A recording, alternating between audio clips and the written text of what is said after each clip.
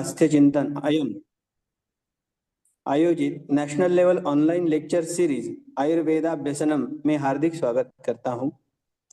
हमारे सब विद्यार्थीगण, मान्यवर और आयोजक, इनको मैं बधाई देता हूं कि आज भाद्रपद वद्य दशमी, भौमवासर और पुनर्वसु नक्षत्र जैसे शुभ नक्षत्र पर आज बहुत ही अच्छा प्रयोजन किया है। मैं सभी का, विद्यार्थीगणों का, संयोजकों का और मान्यवरों का, अतिथिगणों का स्वागत करता हूं और हर प्रत्याविषय से निवेदन करता हूं कि वो आप अपना माइक म्यूट पर रखें, आपका वीडियो म्यूट पर रखें। अमेय जी, थोडा वेळ तुमचा व्हिडिओ चालू कराल? हर एक कार्यक्रम, यस सर,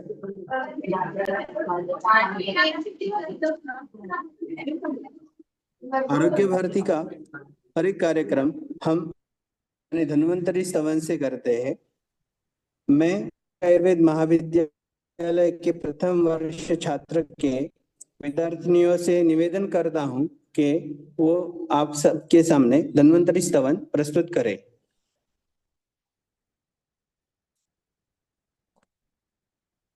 नमामि धन्वन्तरिमादिदेवम् सुरासुरैवन्दितपादपद्मम् लोके जरारोग्भयमृत्युनाशम् धातारमीशं विविधौषधीनाम्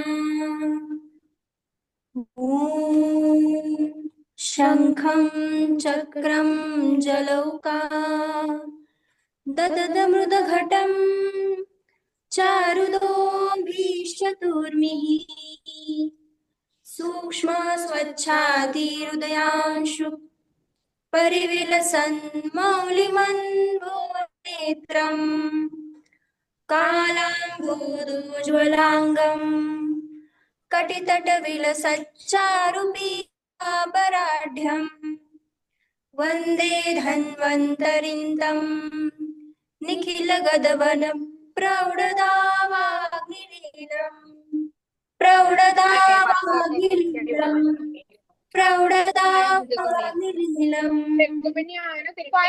आया तो देख जॉइन है।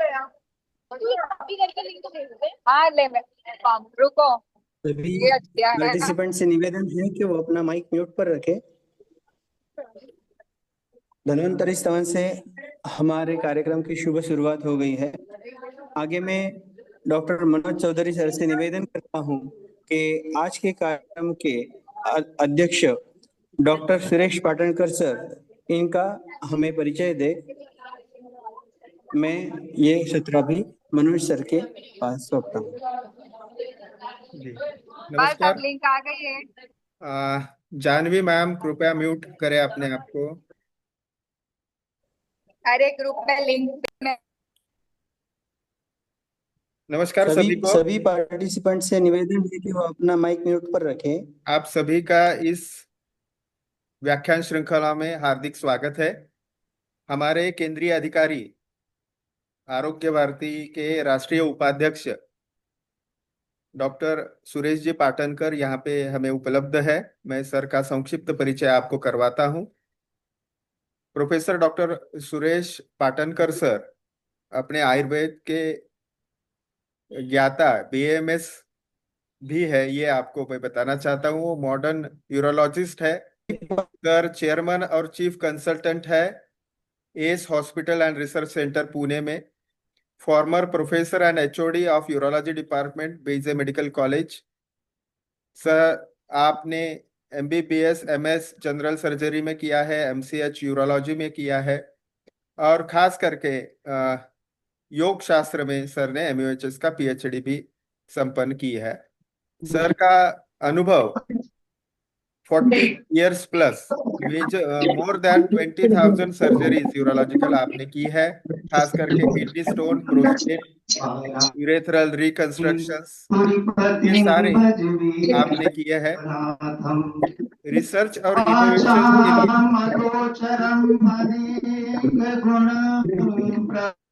रिसर्च और इनोवेशंस में खास करके गवर्नमेंट ऑफ इंडिया DSI आप ग्रांट रेसिपिएंट है sir. Specially herbal urology formulations multiple national and international patents है आपके पास। मैंने जैसे बताया विविध संस्थाओं में खास करके आरोग्य भारती के राष्ट्रीय उपाध्यक्ष है आप। महाराष्ट्र आरोग्य विज्ञान विद्यापीठ नासिक के मैनेजमेंट काउंसिल मेंबर रह चुके हैं। फॉर्मर प्रेसिडेंट रह चुके हैं सर। वेस्ट जोन USI के कन्वेनियर है आप रिकंस्ट्रक्टिव यूरोलॉजी सेक्शन के। खास बहुत सारे अवार्ड्स से आप सम्मानित है, खास करके pinna many oration and gold medal आपको हासिल है। उसके साथ ही आप अनेक सामाजिक उपक्रमों में सहभागी रहते हैं, हमेशा आरोग्य भारती में मार्गदर्शन करते हैं। मैं सर से अनुरोध करता हूं कि आशीर्वचन पर और उद्घाटन आप घोषित करें।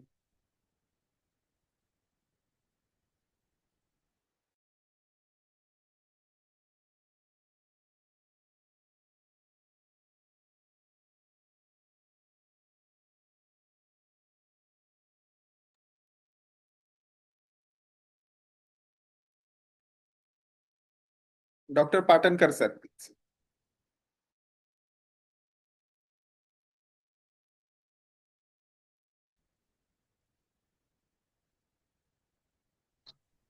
Student of Ayurveda, I really appreciate जो आप लोग एफर्ट्स कर रहे हैं आरोग्य भारती पश्चिम महाराष्ट्र, आप संतोष जी और आपका पूरा टीम, इसके लिए मैं आपको बधाई देना चाहता हूँ।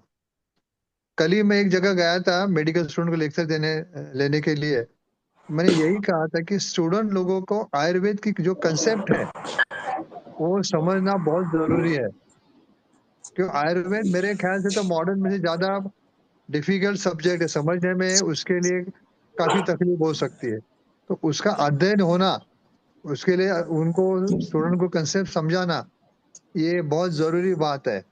क्योंकि आज के समय में प्रैक्टिस में आप जब जाओगे तभी जिसको हम बोलते हैं एविडेंस बेस्ड प्रैक्टिस जिसको बोलते हैं वो आने वाली है।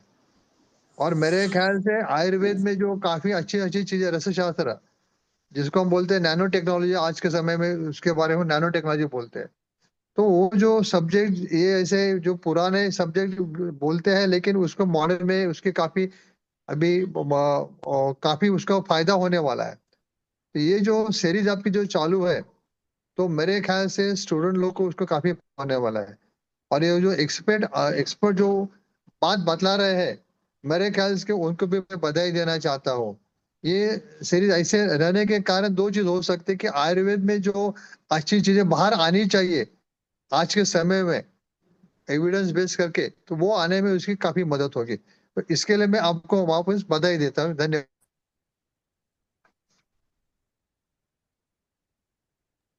अमेजिंग। यस, हमारा आज ये जो लेक्चर है रसशास्त्र विषय पर, ये वैद्य अमेजिंग, रक्षिता तुमका शेट्टी। वीडियो चालू करा ना।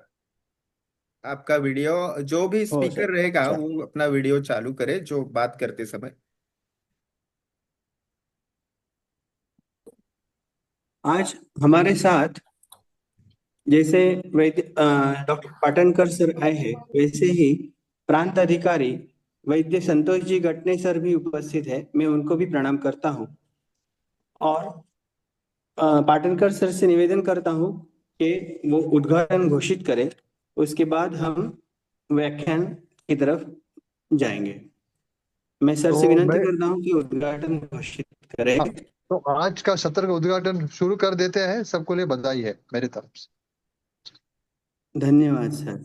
धन्यवाद। तो आज रसशास्त्र जो विषय है, संधान कल्पना, जो बहुत ही पुराना और इफेक्टिव कारीगर और डोज कम करने वाला ऐसा जो संधान कल्पना है, इसके लिए हमें एनआईए जयपुर से पास रसशास्त्र में MD किए हुए वैद्य रक्षिता शेट्टी उपलब्ध है। मैं उनके बारे में थोड़ी जानकारी, उनका परिचय करा देता हूँ। डॉक्टर रक्षिता शेट्टी, इन्होंने 2015 में आयुर्वेद सेवा संघ से BMS किया है। 2021 में रसशास्त्र और वैशज्य कल्पना विषय में इन्होंने NIA national institute of Ayurveda Jaipur से MD किया है। ये अभी रिसर्च आयु क्लिनिक यहाँ पर फिजिशियन काम कर रहे हैं। इन्होंने 2 आर्टिकल्स पब्लिश किए हैं, 2 इंटरनेशनल ओरल प्रेजेंटेशंस किए हैं, एक इंटरनेशनल पोस्टर प्रेजेंटेशन किया है। साइंटिफिक सेशन ऑफ संयोजन 2024 के कोऑर्डिनेटर रहे थे। 15 दिनों का इंटर्नशिप प्रोग्राम इन्होंने ओम फार्मास्यूटिकल लिमिटेड में प्राप्त किया है। वैसे ही इन्होंने training on quality Ayurvedic drug NIA Jaipur में कोऑर्डिनेट किया था। Also, she has conducted workshop on intellectual property right (IPR) at NIA Jaipur. Also, she had participated in 8 national and international seminars and workshops. अभी मैं डॉक्टर शेट्टी इनसे निवेदन करता हूं कि वे इनके विषय का अनुमोदन करें। डॉक्टर रक्षिता। Yes, thank you, sir. I will be sharing my PPT. Just a second. Proxy.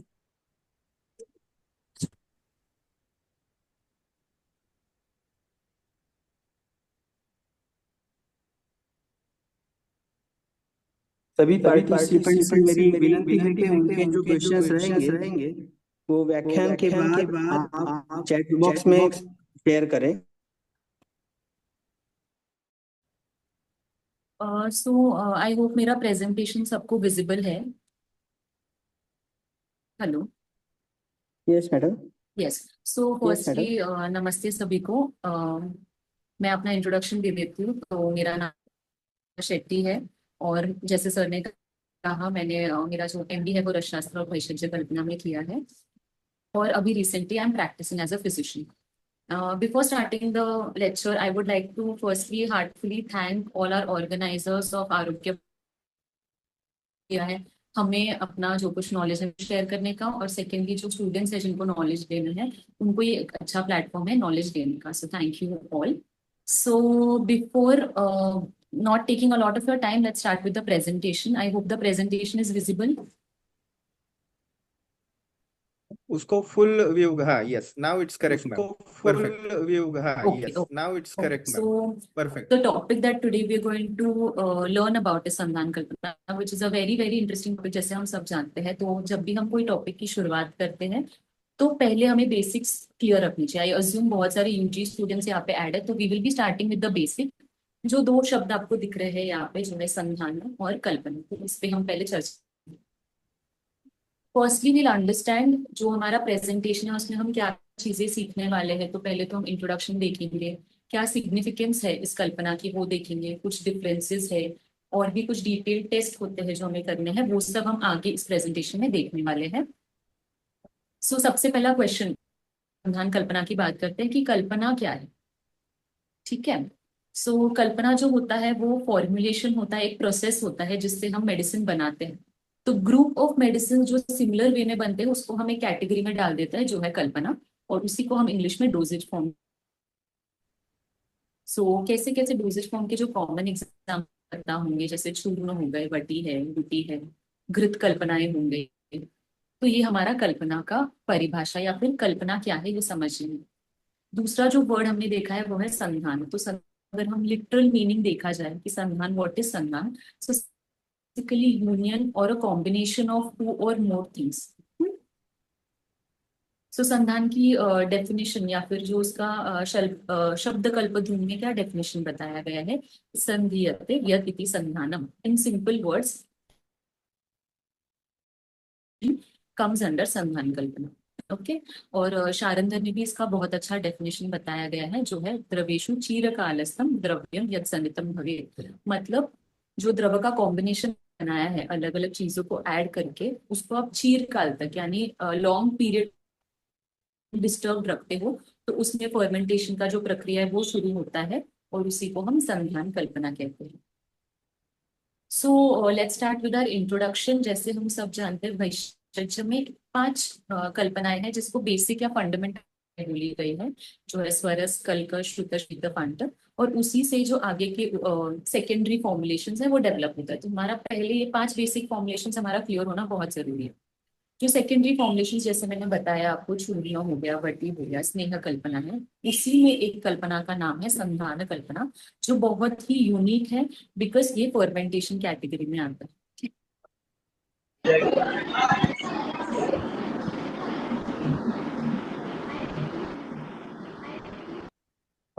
सो जो हमारा आसव अरिष्ट है वो इतना यूनिक क्योंकि इसमें सेल्फ जनरेटेड अल्कोहल होता है। आप अल्कोहल बाहर से नहीं ऐड करें, जो आपकी प्रक्रिया है उसी में ही अल्कोहल जनरेट हो रहा है। That is why it is a unique formulation and we will see further how it is being prepared.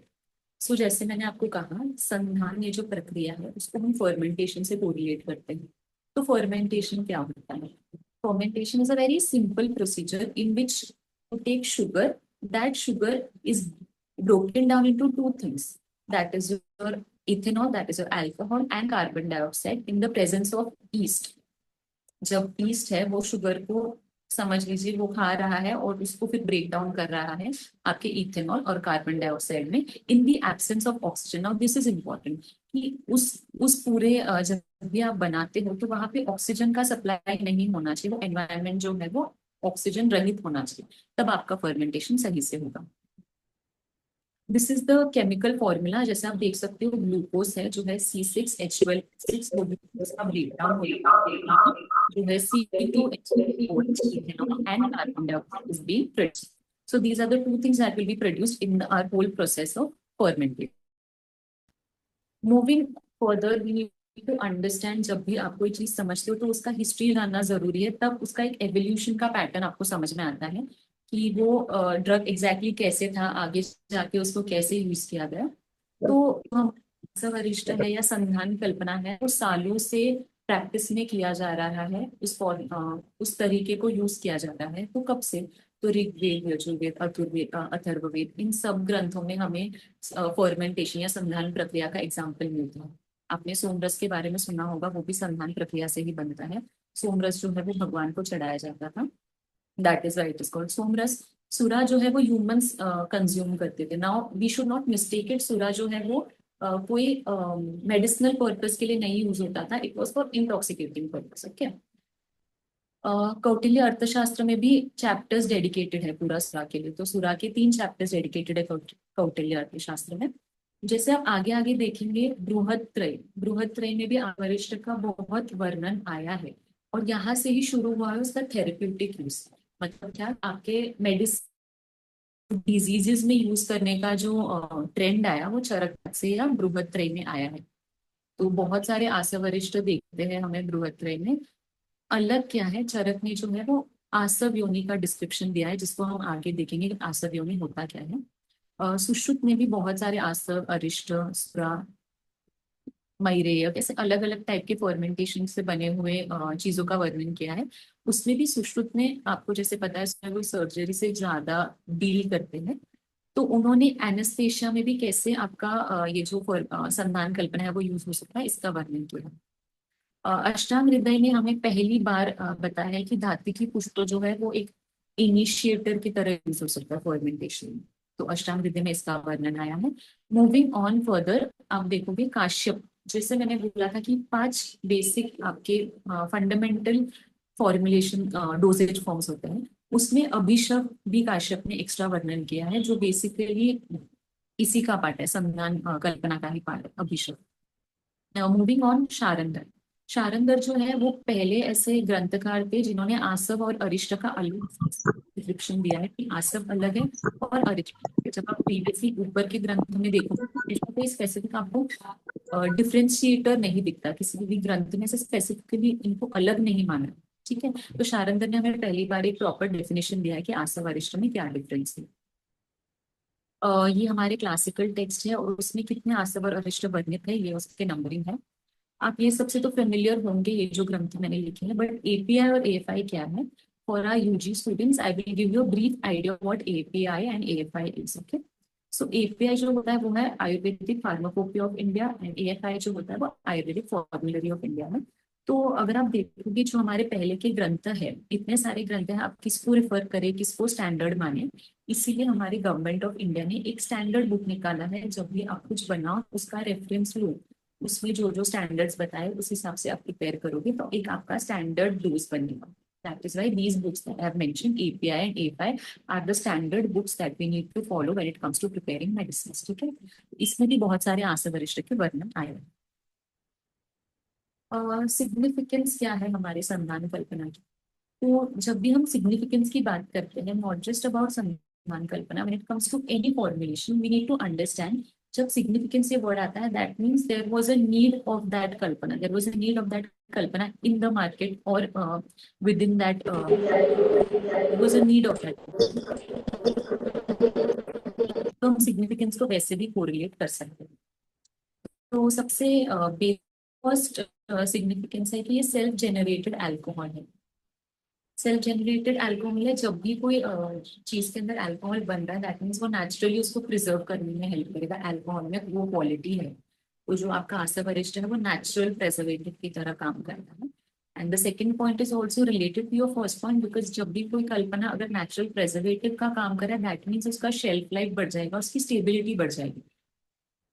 Shelf life बढ़ना, स्टेबिलिटी बढ़ना मतलब वो कंपाउंड ज्यादा टाइम तक उसके जो भी गुण है, रस है, वीर्य है, विपाक है, वो स्टेबल रख पाएगा, यानी कि आप उसको कंज्यूम कर सकते हो, उसको ले सकते हो। That is your shelf life and stability. Now the third point is it has enhanced medicinal potency, very important point. आप जो let me give you a simple example of turmeric. All know turmeric, हल्दी हम सबको पता है। हल्दी में एक एक्टिव, हर ड्रग जो आप लेते हो उसमें कुछ तो एक्टिव प्रेजेंट होता है जो आपका वो कार्य करता है उस ड्रग के लिए, ठीक है। तो हल्दी जैसे है तो आपको पता है कि वुंड हीलिंग में भी अच्छा काम करता है, इन्फ्लेमेशन हुआ तो भी अच्छा काम करता है। तो क्या वो हल्दी पूरी तरीके से वो काम करे, उसके अंदर जो एक्टिव्स है वो काम करे, तो उसके अंदर के एक्टिव्स आपका काम करते हैं, ठीक है। तो वो एक्टिव जब आप मेडिसिन बनाओ तो उसमें आना बहुत जरूरी होता है। So in case of our Asav and Aristo or our Sandhan Kalpana, there are two mediums that are being produced. One is water and one is alcohol. ठीक है, पानी भी रहता है उसमें और अल्कोहल भी है। तो जो आपका एक्टिव है उसको दो मीडियम मिल गए डिसॉल्व होने का या सॉल्युबल होने का, तो इसीलिए आपका एक्टिव जो है वो एक्टिव ज्यादा है तो इनडायरेक्टली उसका पोटेंसी भी ज्यादा होगा डेफिनेटली, बिकॉज एक्टिव्स ही आपका मेन काम करते हैं। एक्टिव ज्यादा है, पोटेंसी ज्यादा है और एफिकेसी आपकी बढ़ जाएगी उस ड्रग की, इसीलिए आशा वरिष्ठ इज वेरी एफिकेंट। और दूसरा हम इसका आयुर्वेदिक पॉइंट ऑफ व्यू देखा जाए तो क्यों हमारा आशा वरिष्ठ जो है वो जल्दी काम करता है, तो क्योंकि जो पता है यकाई है, विकासी है, इन की वजह से भी जो है वो जल्दी आपके शरीर में पहुंचता है, जल्दी पहुंचेगा, जल्दी अब्जॉर्ब होगा, तो डेफिनेटली उसका एक्शन भी होगा जो वो फास्ट होगा कंपैरेटिवली आपके दूसरे जो कल्पना है उसके कंपैरेटिवली आपका आशा वरिष्ठ है वो जल्दी एक्ट करता है। This why it has great medicinal potency. Or therapeutic versatile है, वरिष्ठ थेरेप्यूटिक वर्सेटाइल है। आप जब भी कोई चिकित्सा का चैप्टर खोलो, right from your acne problem, gut related problem to your heart related problem, you will see that आशा और अरिष्ट का कोई ना कोई तो फॉर्मुलेशन वहां पे मेंशन्ड है, तो वो बहुत ही थेरेप्यूटिकली वर्सेटाइल है। Last is very important this point, good palatability and easy admission. तो जब भी आपको एक कल्पना निर्माण होता है, यानी कि जब भी कोई डोजेज फॉर्म निर्माण होता है, तो मैंने ऐसे बताया आपको पहले कि उसका मार्केट में नीड होता है, there is a need of that drug, that is why वो प्रोड्यूस करने का डिमांड बढ़ता है। तो व्हेन इट कम्स टू आशा एंड अरिष्टो, you might be knowing that the sugar that goes into it, that is why it is tasty. तो patient का कोई झिझक नहीं होता कि मुझे ये मेडिसिन नहीं लेना है। व्हेन यू सी कि आप चूर्ण दे दो या कोई और फॉर्म ऑफ मेडिसिन दे दो तो पेशेंट यूजुअली रिस्ट्रेन करते हैं, they say that I don't want to have this, I don't like the taste of it. But when it comes to Asa and Arishta, patient will readily take the medicine because it is good in taste, easy to consume. So this is a major benefit when we talk about Asa and Arishta. Classification, जब भी आप कोई compound देखो या फिर कोई formulation देखो तो उसका क्लासिफिकेशन देखना जरूरी होता है। तो इसका भी क्लासिफिकेशन हम देखते हैं तो मेजर ब्रॉड क्लासिफिकेशन में ये दो कैटेगरी में डिवाइड होता है, एक होता है आपका मध्य कल्पना और दूसरा होता है आपका सुप्त कल्पना, ठीक है। तो मध्य कल्पना क्या है, मैंने नीचे आपको आपको मेंशन किया हुआ है कि अल्कोहलिक प्रेपरेशन बनता है, जो एंड है उसका अल्कोहल प्रेपरेशन बनता है, और प्रेपरेशन यानी कि कुछ तो अम्ल का तैयार होता है। तो ये दो बेसिक, तो if you see these classification आता और रेस टू पूरा क्लासिफिकेशन आता और रेस टू so पूरा आप ये जो दो क्लासिफिकेशन देखोगे, इसमें भी आप मोस्टली प्रैक्टिस में आपको मध्य कल्पना का जो आसव वरिष्ठ है वही देखने मिलता है। तो यस, बाकी के जो कल्पना है वो मोस्टली इतना ज्यादा मेडिसिनल फॉर्म में नहीं, तो वो दूसरे बेनिफिट्स, माइल्ड बेनिफिट्स देते हैं, बट एग्जैक्टली मेडिसिनल फॉर्म में नहीं यूज होती, इसलिए हम आसव वरिष्ठ को ज्यादातर देखते हैं या हमें पता है उसका। But let us briefly discuss about what all other types mean. Okay? So जैसे कि मध्य कल्पना में आसव वरिष्ठ वाले फॉर्मुलेशंस आ गए, सूरा आ गया, वारुणी आ गया, सिद्धू आ गया, सूरा के भी फर्दर टाइप्स वो आ गए। शुक्त कल्पना में एग्जैक्टली 5 चीजें आ जाती है, आपका शुक्त आ गया, कुशंबु आ गया, सौवीरक आ गया, कांचिका आ गया और सन्नक, ऐसे 5 चीजें आ गई। अब इनका बेसिक डिफ्रेंसिएशन ज्यादा आपको ग्रंथ में नहीं मिलेगा, बट आप उसका मेथड ऑफ प्रिपरेशन देखोगे तो आप समझ जाओगे।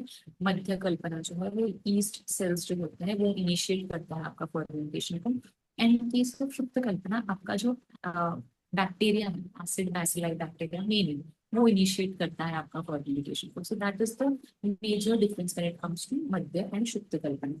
सेकेंडली, आप मध्य कल्पना देखोगे तो वो longer time period and shukta kalpana जो कंपेरेटिवली बहुत कम दिनों में आपका शुक्त कल्पना रेडी हो जाए। ठीक है, और लास्ट पॉइंट है कि स्वीटनिंग एजेंट्स जैसे बोला शुगर यूज होता है आपके मध्य कल्पना में, क्योंकि वही फिर ब्रेकडाउन होकर अल्कोहल गॅस पलीकडला बंद करे तव्याचा carbohydrates are enough to break it into further.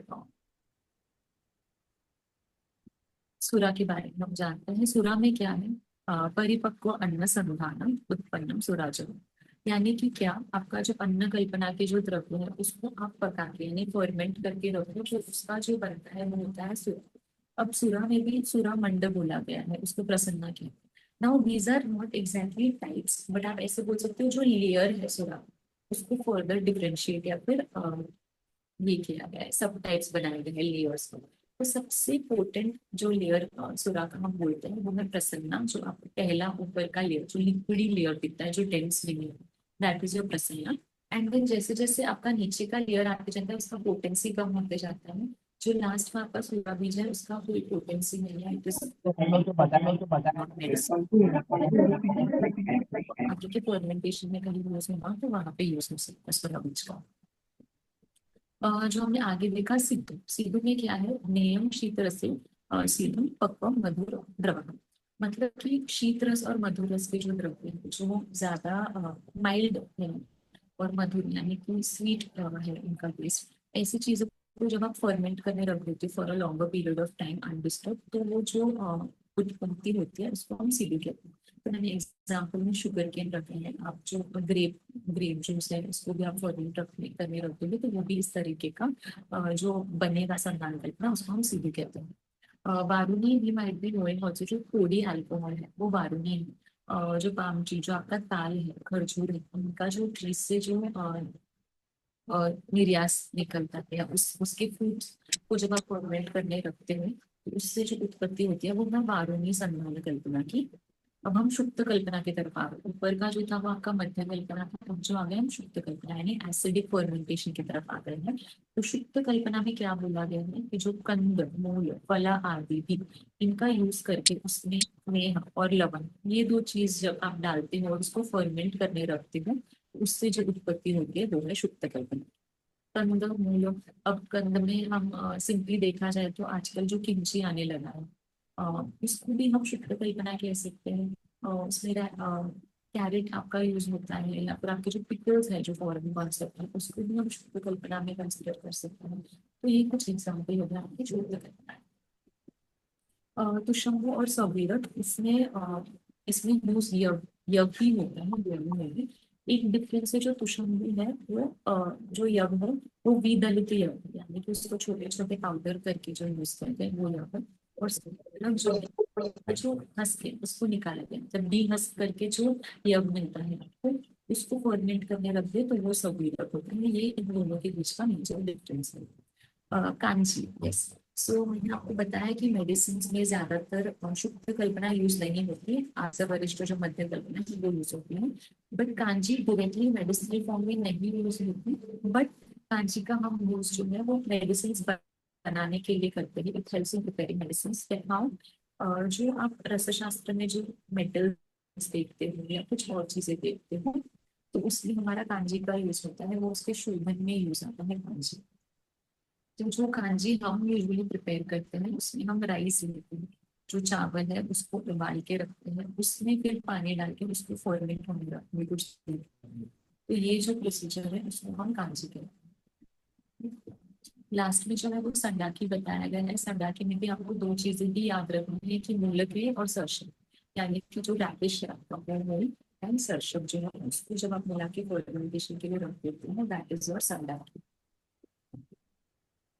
Now हम जो इंग्रेडिएंट्स की अभी बात करें, एसेंशियल इंग्रेडिएंट्स आगे भी जाके जो भी अभी आगे स्लाइड आने वाला है तो मोस्टली आपके आशा वरिष्ठ के कॉन्टेक्स्ट में ही आएगा, क्योंकि हम मेडिसिन जैसे मैंने आपको बोला वो आशा वरिष्ठ ही बना, हमारे लिए मेन इम्पोर्टेंट है कि हम आशा वरिष्ठ के इंग्रेडिएंट्स को याद रखें। तो जो आपके आशा वरिष्ठ के इंग्रेडिएंट्स मेन इंग्रेडिएंट्स है उसमें खाद्य द्रव्य और द्रव्य द्रव्य यानी कि लिक्विड प्रेपरेशन होता है। किसी भी प्रकार का खाद्य या फिर सिर्फ द्रव्य द्रव्य, इस प्रकार का लिक्विड मीडिया आएगा।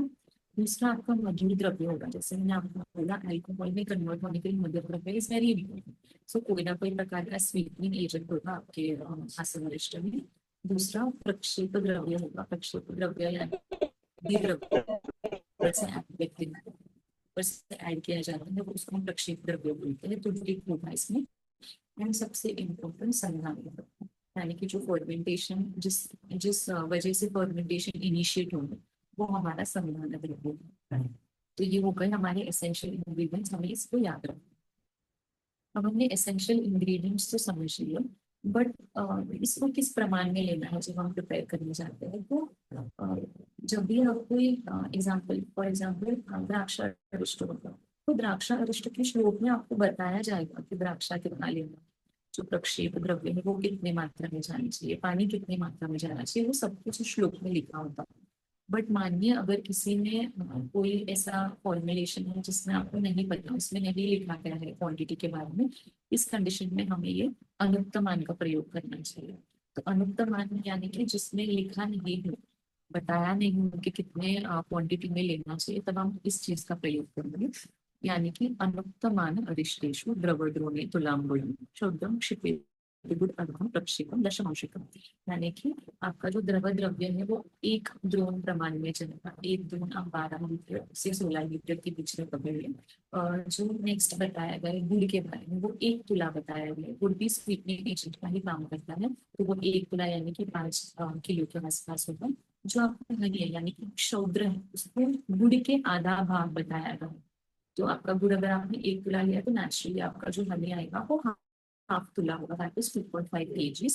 एंड प्रक्षेप द्रव्य दैट इज द स्पाइसेस और द उसका जो मात्रा बोला गया दशमांशकम, यानी कि जो आपका द्रव द्रोण बोला गया एक द्रोण उसका 1/10 आपको लेना है आपका प्रक्षेप द्रव्य। Once we have understood the essential ingredients, what are the basic ingredients that will be going into our Asa Varishta, now we have understood the मान also. Ratio नहीं बताया गया, then in what ratio should we take the medicine, that was we have understood. Now we will be moving on to the method of preparation. What is the method? There is a general method which we discussing. जब भी आप method के बारे में जानना चाहो तो पहले प्री प्रिपरेशन जानना जरूरी होता है कि what all things you have to keep ready before you prepare your Asa Varishta. So firstly comes your vessel, very important. You need to know पहले तो आप vessel choose करने से start हो जाना। Once you choose your vessel, you have to make sure that it is clean and in order. How will you do that? You will nicely wash and keep your vessel ready. You will dry it properly, and then there is a concept of dhupan in our Ayurveda. तो उससे dhupan भी करोगे so that any contamination, chance of contamination, any chance of microbial growth, it will stop, or your vessel will be completely in. So once your vessel is ready, that one Purva Karma is done. Now comes preparation पर essential ingredients की जो मैंने बात की थी उसकी हमने 5 चीजें देखी थी, तो हम उसको 4 में डिवाइड करते हैं। जो है आपका द्रव्य द्रव्य है, मधुर द्रव्य है, प्रक्षेप द्रव्य है और संवहनीय द्रव्य। तो इसका भी तो कुछ प्रिपरेशन हमें करना है, we will be talking about that. तो जो आपका क्या समझ लो, अगर आपको काढ़ा बनाना है तो पहले बना के रखना चाहिए, तो आप काढ़ा बना के उसको छान के रेडी रखो। सो ये हो गया आपका पार्ट का प्रिपरेशन। अगर पार्ट नहीं है तो आपका जो क्वांटिटी में आपको लिक्विड मिलेगा वो आप लिक्विड रेडी रखो, दैट विल बी योर द्रव द्रव्य preparation, that is ready. Second comes your sweetening agent. Now, if you see your sweetening agent, as I mentioned earlier, there will be jaggery, there will be sugar. अब ये जो है वो solid form में होता है, इसको अगर आपने अच्छे से डिसॉल्व नहीं किया तो वो कहीं ना कहीं लास्ट एंड प्रोडक्ट में वो नीचे ही रह जाता है। That is what we do. So you have to make sure that you first dissolve it properly in a hot medium. Once you dissolving से बात करते हैं जब आप उसको स्ट्रेन भी करिए, बिकॉज छोटे छोटे extra cheeses that we don't want, any type of contamination that we don't want to work on, that might be good. So you have to strain your sweetening syrup also. Once you strain it, your sweetening agent है जो आपका मधु द्रव्य है वो ready हो गया है। दूसरा आता है आपका संधान द्रव्य।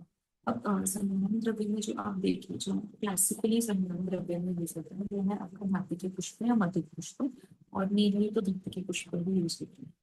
So when you see on a larger scale or when you see practically, so you don't know in what conditions that Dhatki Pushpa was kept. So definitely there might be chances of a lot of microbial contamination in that Dhatki Pushpa. So when you get the raw material, make sure you properly sun dry it, so whatever possibility of any contamination will reduce. Secondly, मैंने ऐसे भी देखा है कि लोग इसको थोड़ा सा गर्म करके and then they add, so that any other growth that is happening, that will also subside and your Dhatki Pushpa is ready for using.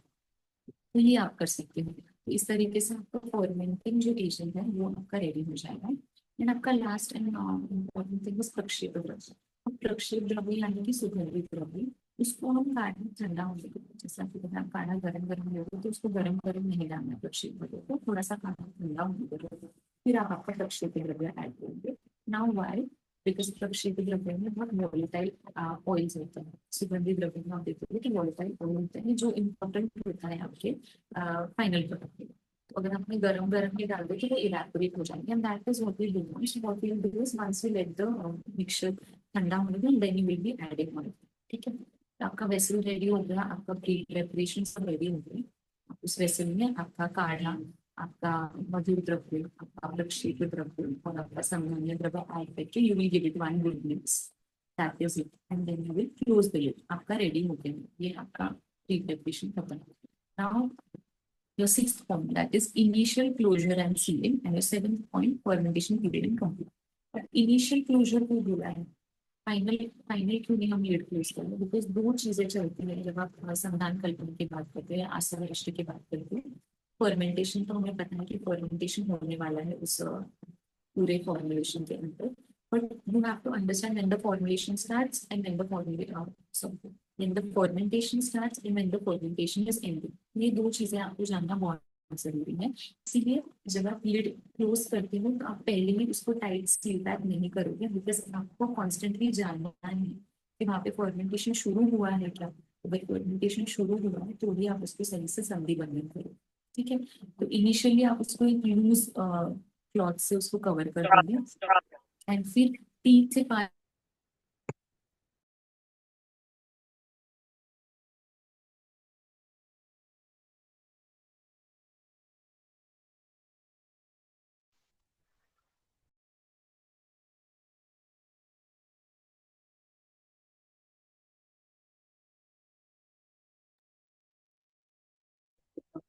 आवाज नहीं आ रही है, ये रक्षिता voice मैम, mute हो आपकी आवाज म्यूट हो गई है। आई थिंक नेटवर्क वीक है, आप क्या करो, वीडियो ऑफ कर दो। रक्षिता ma'am, Yes, you are right, bro.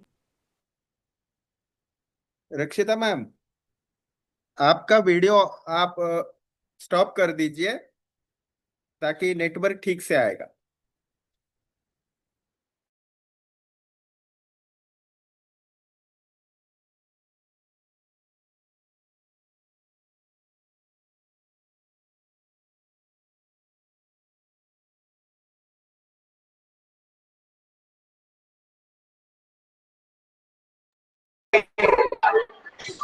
Please hold on with us. Due to rainfall, heavy rainfall, the network is not clear. Please bear with us. Due to heavy rainfall, Dr. Rakshita is having issue with the network. Please bear with us.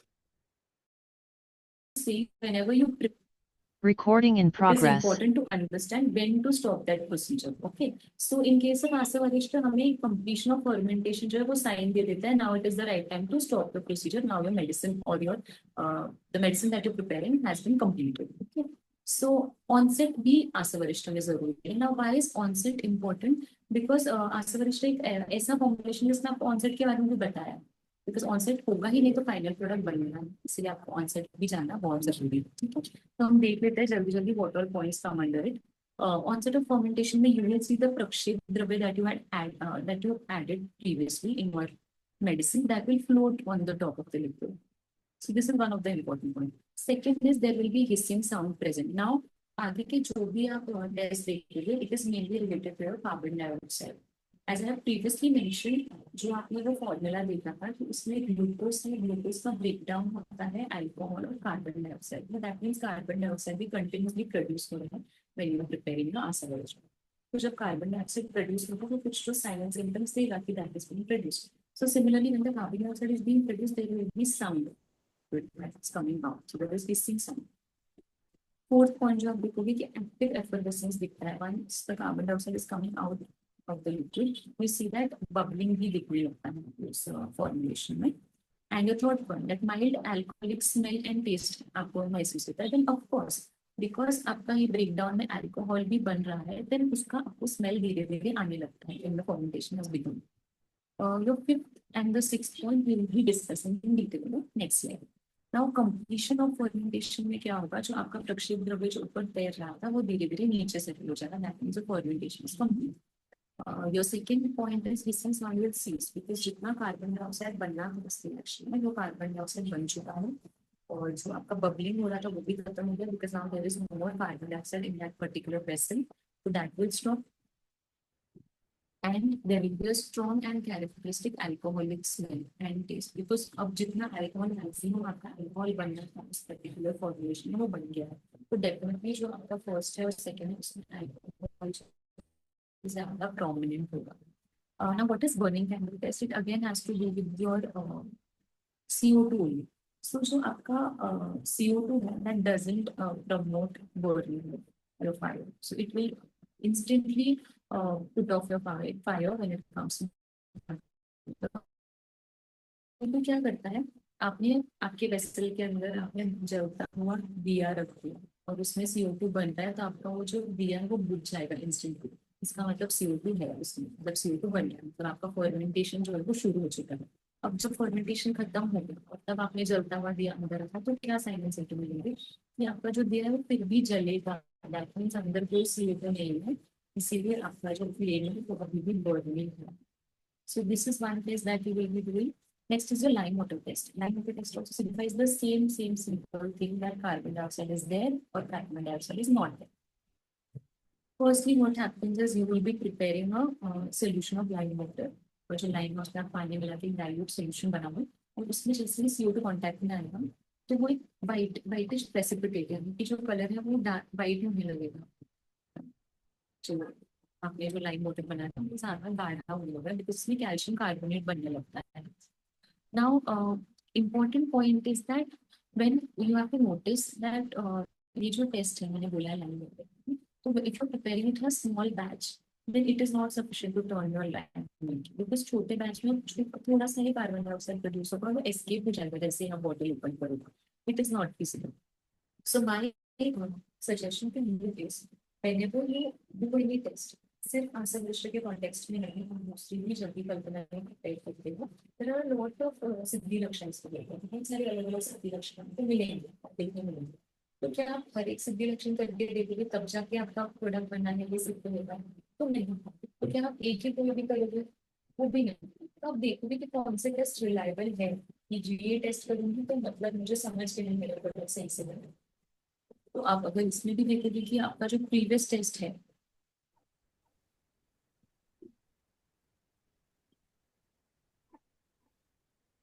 आप इसमें देखोगे कि जो आपकी previous test है वो sufficient है आपको बताने के लिए कि आपका जो ड्रग है वो सही से बना है कि नहीं। ठीक है, तो ये सब कुछ CO2 के रिलेटेड है ये जो टेस्ट है।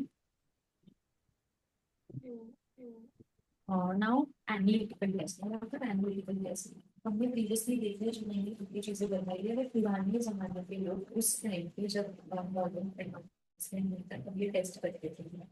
Now, we have also seen the test. Do you think that it is really reliable की बात में? It's very subjective. Now, मेरा ऑब्जर्वेशन जो होगा वो किसी और के ऑब्जर्वेशन से डिफर हो सकती है प्रीवियस टेस्ट में। तो हमें कुछ एक मोर सब्जेक्टिव पैरामीटर्स चाहिए जिससे मुझे एक प्रॉपर नंबरिंग मिले कि ये नंबरिंग आया मतलब आपका बदला है सही से। तो ये जो आजकल के एनालिटिकल टेस्ट है वो बहुत जरूरी है अबाइड करना आपको या फॉलो करना। अगर आपको आगे जाके फार्मेसी करना है या आपको आगे जाके आपका प्रोडक्ट लॉन्च करना है, तो ये सारे test is very important to fulfill that criteria. Okay. So we will be seeing all the tests. First is your organoleptic test. It is nothing but the test that you can perceive through your पंचज्ञानेंद्रिय रस, आपका शब्द स्पर्श, सब शब्द स्पर्श रूप रस गंध, इससे जो परसीव होता है वो आपका ऑर्गेनोलेप्टिक टेस्ट है। जो pH है वो again it is very simple to understand, तो या प्रोडक्ट को भी specific gravity is important, total solids are important, it is very important। जब आप फार्मेसी में भी देखते हो तो टोटल सॉलिड्स जो है वो कराते रहते हैं तो अंडरस्टैंड कि ये अब ये गवर्न बना है। टोटल सॉलिड्स में आपको क्या पता चलता है कि उस पर्टिकुलर लिक्विड प्रिपरेशन में कितने सॉलिड्स की जरूरत है, सॉलिड्स प्रेजेंट। तो ये जरूरी है आपको जानना चाहिए। रक्षिता मैम, आवाज चाहिए। हेलो हेलो, हाँ आप ठीक है। Okay okay.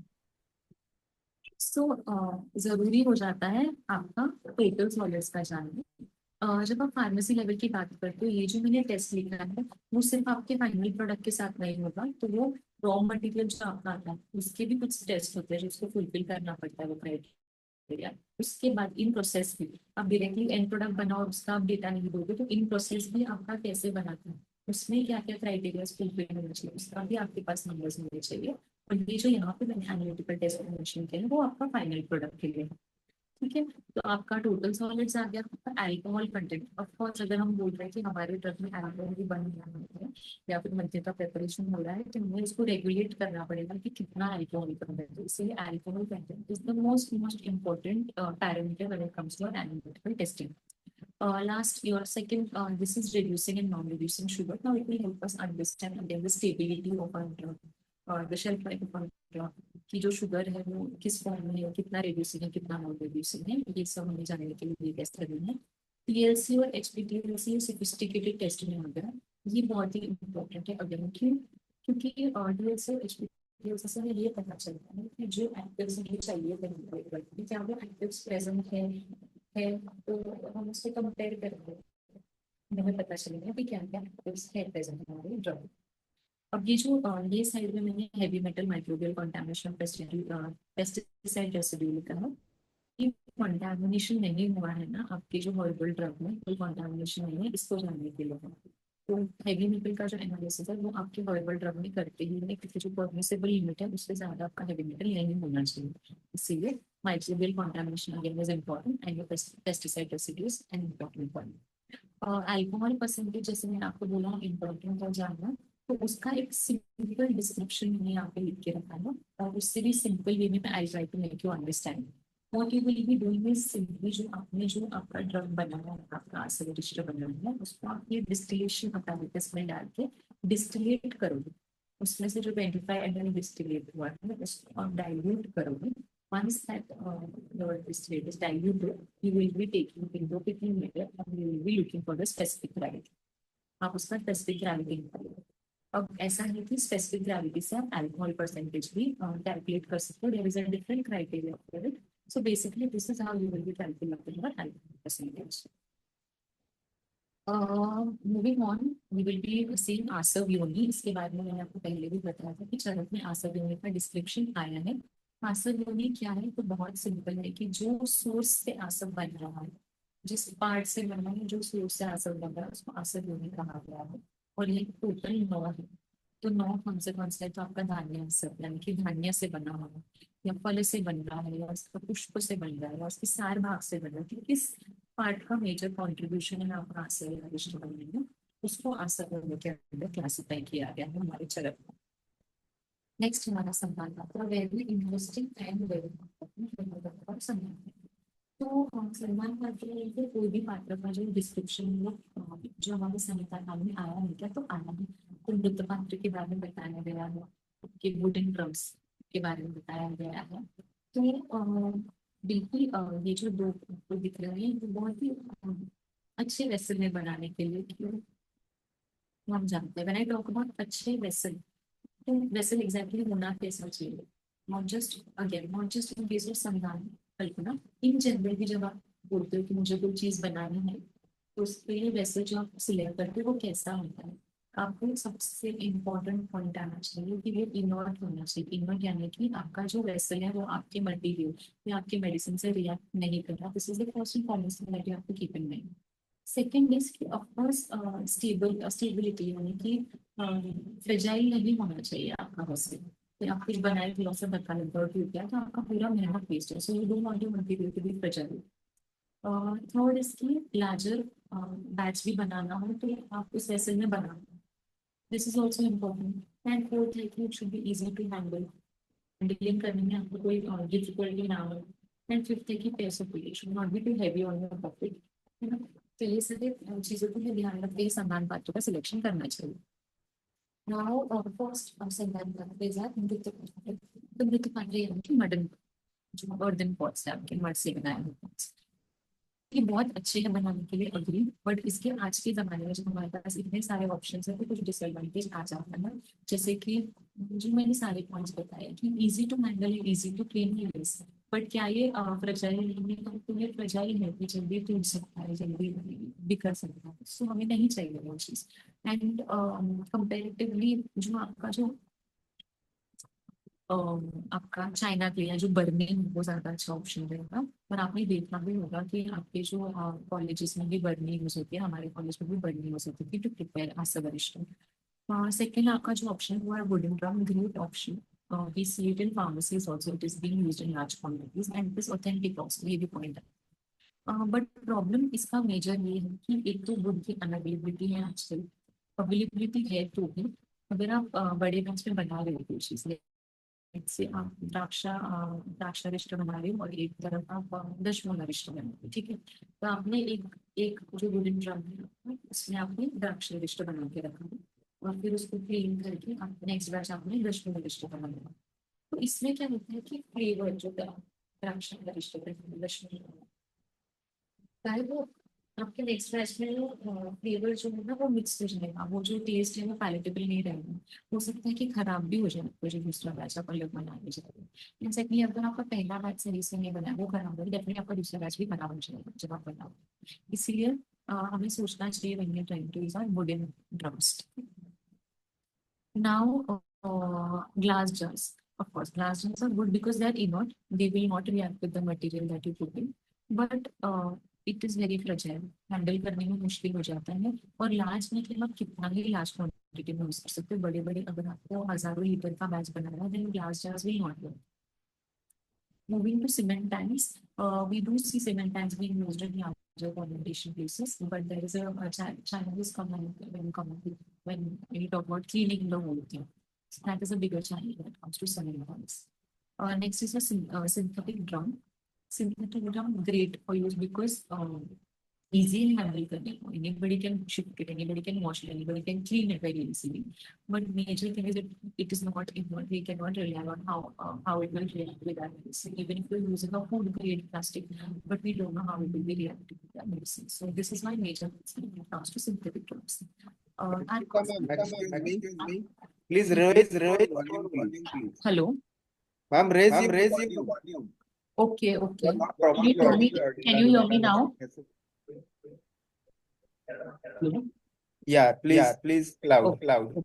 So our most important, or nowadays we see a lot of pharmacies using stainless steel. Now stainless steel भी जब यूज होता है ना फार्मेसीज में भी, तो एक चीज होता है कि there are grades of stainless steel also. So the stainless steel that is in touch with your medicine, वो सबसे हाईएस्ट ग्रेड का जो होता है SS316, उस ग्रेड का स्टील यूज होता है जब आप मेडिसिन बनाते हैं.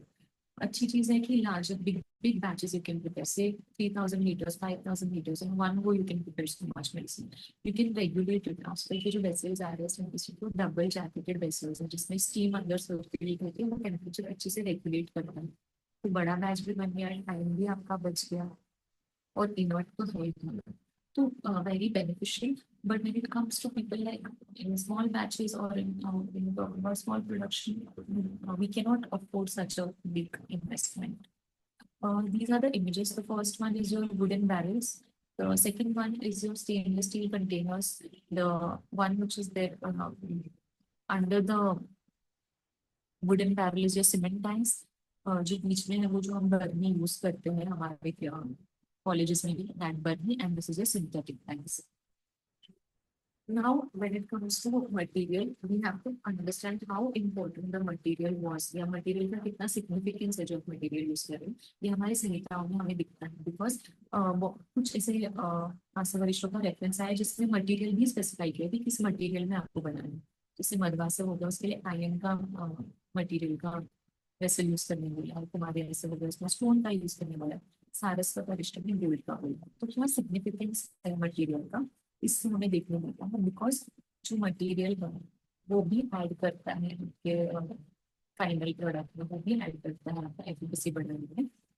एक सिंपल एग्जांपल मैं आपको देती हूँ. जब आप सबको शतधौत पता होगा, तो शतधौत कृत में भी जब शतधौत बनाते हैं तो उसको ताम्र के पात्र में, ताम्र के वैसे बने थाली में बनाने के लिए बोलते. तो क्यों वो ताम्र क्या करेगा, तो ताम्र आपके स्किन के लिए अच्छा है. तो जो फाइनल प्रोडक्ट बनेगा आपका शतधौत वो भी उसमें भी ताम्र के नैनो पार्टिकल्स मिल जाएंगे, तो वो भी आपको एनहांस करेगा आपकी स्किन रिलेटेड प्रॉब्लम्स को सॉल्व करने में. That is why your patra plays a very important role. पात्र संस्कार ये क्या कॉन्सेप्ट है, तो यह पात्र को यूज करने से पहले जो क्लीनिंग होता है, जो ड्राइंग होता है, और इसका भी यही कॉन्सेप्ट है कि आपका जो पात्र है वो इनर्ट रहे, वो आपके मेडिसिन के साथ ना रिएक्ट करे. बेसिकली इसी चीज की पात्र संस्कार ये थ्योरी आई है. वृत्ति लेखन भी हमें देखने मिलता है, यानी कि आपका जो पात्र है उसके अंदर से वृत्ति से लेखन करो, सो दैट आपका जो पात्र है वो डायरेक्ट कॉन्टैक्ट में नहीं है मेडिसिन के साथ. लेपन जो है वो मैंने आपको पहले डिस्कस किया कि टाइप ऑफ कंप्लीटली इनॉट हुआ आपका मटेरियल जो वैसे है, इसलिए आप डिपेंड करते हो.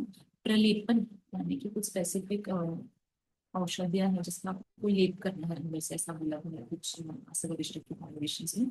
तो उसका भी again the thought process behind that is आपका जो मेडिसिन है वो किसी भी तरीके से आपके वेसल के साथ रिएक्ट ना करे, इनफैक्ट और अच्छा एफिकेसी का आपका फाइनल प्रोडक्ट बने. ये अम्लता विरोधी जो संस्कार है वो भी रिसेंटली ज्यादा प्रचलित में आया है. तो इसमें हम क्या करते हैं, लाइम वाटर जो है उससे आपके वेसल को अच्छे से वॉश किया जाता है, अच्छे से हीट किया जाता है आपके वेसल में वो लाइम वाटर से, जो कुछ भी एसिडिक नेचर हो, जो भी सावरनेस हो आपके मटेरियल में वो निकल जाए और आपका वेसल जो है वो आगे का नेक्स्ट बैच बनाने के लिए एकदम रेडी हो जाए.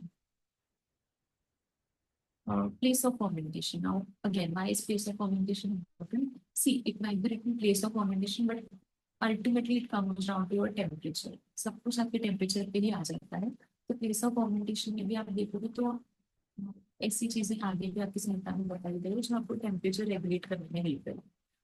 कौन सा टेम्परेचर हमें आइडियल है हमारी फर्मेंटेशन के लिए, तो वो है 30 to 35 degree Celsius.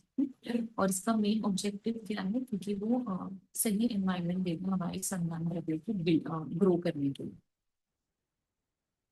Traditional methods में दो चीजें बताई गई है टेम्परेचर रेगुलेट करने के लिए या प्लेस से रिलेटेड. एक है कि आपका जो मिट्टी का घड़ा है, आपका जो भी फर्मेंटेशन जिसमें आपने किया है वो वेसल को आप सॉइल के अंदर बेरी करते हैं. Now what happens is when you bury your material in the soil, your soil will act as a natural insulator. वो टेम्परेचर में फ्लक्चुएशन नहीं होने देगा, वो नेचुरली इंसुलेटेड एक्ट करेगा. तो जो अंदर जो मटेरियल है वो ज्यादा स्टेबल टेम्परेचर में बढ़ेगा, ज्यादा फ्लक्चुएशन नहीं होगा टेम्परेचर.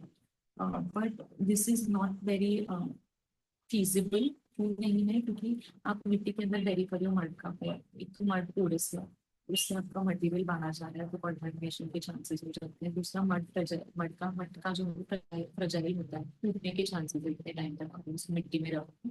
तो ये सारी चीजों के इससे पहला मेथड जो है वो इतना फिजिबल नहीं है, बट ये जो दूसरा मेथड है हस्किया ग्रेन इंसुलेशन, ये आज भी यूज किया जाता है। आपने प्रीवियस स्लाइड में मेरे देखा भी होगा।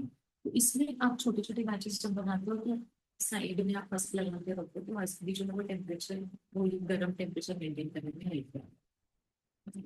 आजकल के जमाने में हमें इस सब का टेंशन लेने की जरूरत नहीं, in larger quantity of person where they have created a space like that which will help you, which will maintain that specific temperature. There are big containers that are set on that specific temperature.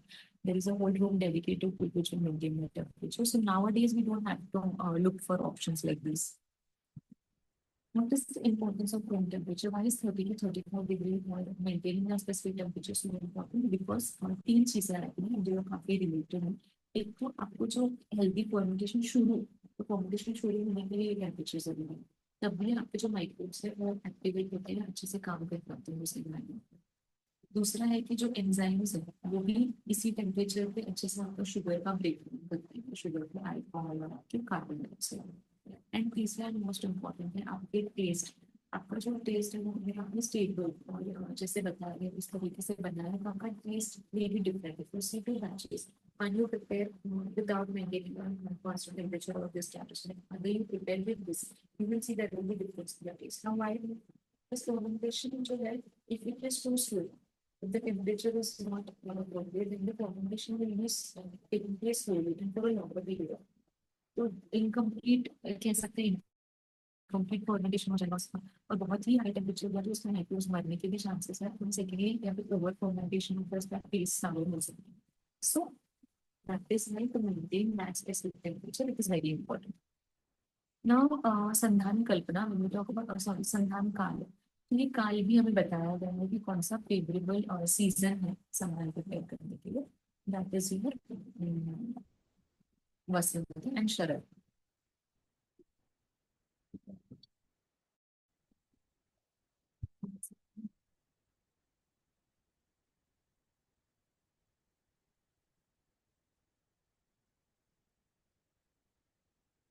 तो वसंत और शरद ऋतु को जो है वो बहुत favourable माना गया है, क्योंकि वसंत और शरद में दोनों में भी जो हम लोग ना गर्म सीजन है इसमें वो टेम्परेचर मेंटेन हो जाएगा। But when you talk about your cold वेदर्स जो शिशिर हो गए या फिर शिशिर हो गए, हेमंत ऋतु हो गई, इन ऋतुओं में टेम्परेचर बहुत कम होता है, भी ठंडा वातावरण में आपका रिक्वायरमेंट वो लॉन्ग टाइम तक होगा, अभी सही से होगा नहीं इसीलिए। एंड दूसरा अगर आप रेनी सीजन में बनाने जाओ इतना मॉइस्चर है आस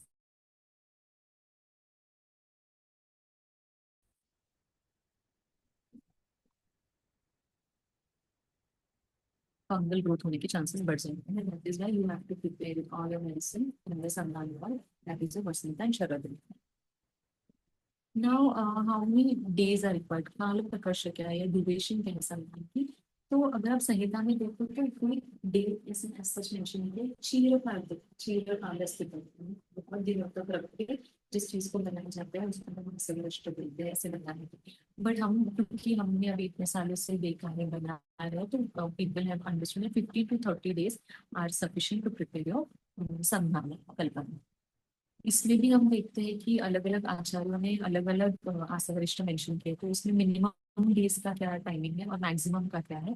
तो चरक में 7 दिन में बन जाता है, तो आसवरिष्ठ कुछ 1.5 मंथ लगता है। तो आप देखोगे तो 7 दिन से 6 महीने का जो है वो टाइम स्पैन आपको देखने में मिलेगा, which is very believable. Now there is a heading for prakshep dravya.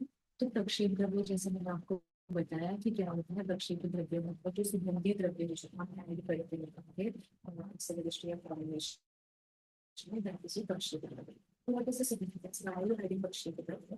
तो ऑफ कोर्स मेडिसिनली बेनिफिट करेगी, उसके साथ साथ एक टेस्ट एनहांसिंग का भी कलर एनहांसिंग का भी। तो ये सब बहुत नेसेसरी होता है, तो ये अपना काम अपना प्रक्षेप द्रव्य है। उसी के साथ साथ हमें कुछ ऐसे एग्जाम्पल्स हमारे